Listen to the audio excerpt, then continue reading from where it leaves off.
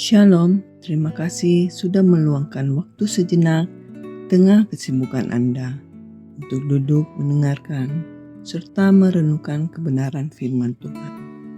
Kami berdoa agar waktu ini menjadi waktu yang menyegarkan bagi jiwa Anda. Topik renungan kita sepanjang minggu ini adalah panggilan misi menjadi berkat bagi bangsa-bangsa. Bagian firman Tuhan yang menjadi fokus perenungan kita adalah Yesaya pasal 56 ayat 7. Terjemahan baru kedua yang berbunyi demikian. Mereka akan kubawa ke gunungku yang kudus dan akan kuberi sukacita di rumah doa. Aku akan berkenan kepada kurban bakaran dan kurban sembelihan mereka yang dipersembahkan di atas mezbahku. Sebab rumahku akan disebut rumah doa bagi segala bangsa.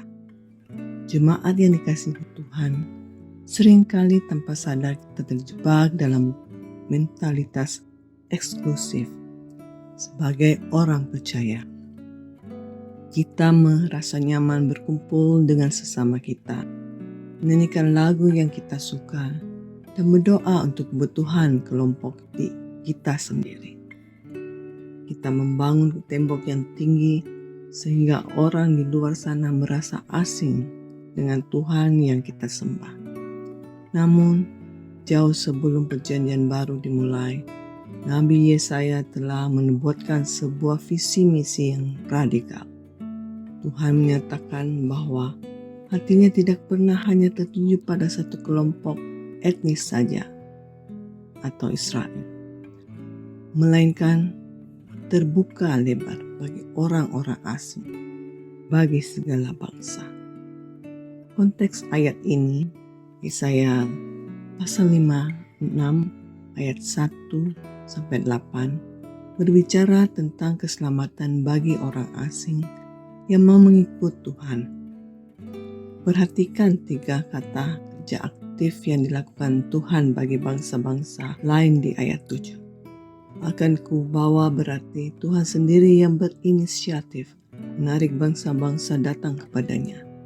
Akan kuberi kesukaan yang berarti Tuhan menyediakan sukacita, bukan beban agama bagi mereka yang mencarinya.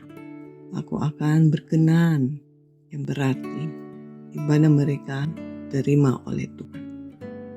Puncak dari ayat ini adalah deklarasi identitas Bait Allah yang disebut sebagai rumah doa bagi segala bangsa. Inilah ayat yang dikutip Yesus dengan kemarahan suci saat ia menyucikan Bait Allah. Markus pasal 11 ayat 17. Mengapa Yesus marah? Karena area pelataran Bait Allah yang seharusnya menjadi tempat bangsa non-Yahudi berdoa justru dijadikan pasar. Israel gagal menjadi berkat dan malah menghalangi akses bangsa-bangsa kepada Allah. Panggilan misi menjadi berkat bagi bangsa-bangsa tidak selalu berarti kita harus pergi ke luar negeri. Misi juga berarti membuka pintu. Sebagai orang percaya di masa kini, tubuh kita adalah Bait Roh Kudus dan kumpulan orang percaya atau gereja adalah rumah Allah. Pertanyaannya, apakah hidup dan komunitas kita sudah menjadi rumah doa bagi segala bangsa? Jadi berkat bagi bangsa-bangsa bisa dimulai dengan hal sederhana. Apakah doa-doa kita hanya berisi daftar keinginan pribadi, ataukah kita menyediakan ruang untuk mendoakan bangsa-bangsa yang sedang berkonflik, suku-suku yang belum terjangkau, dan dunia yang sedang sakit?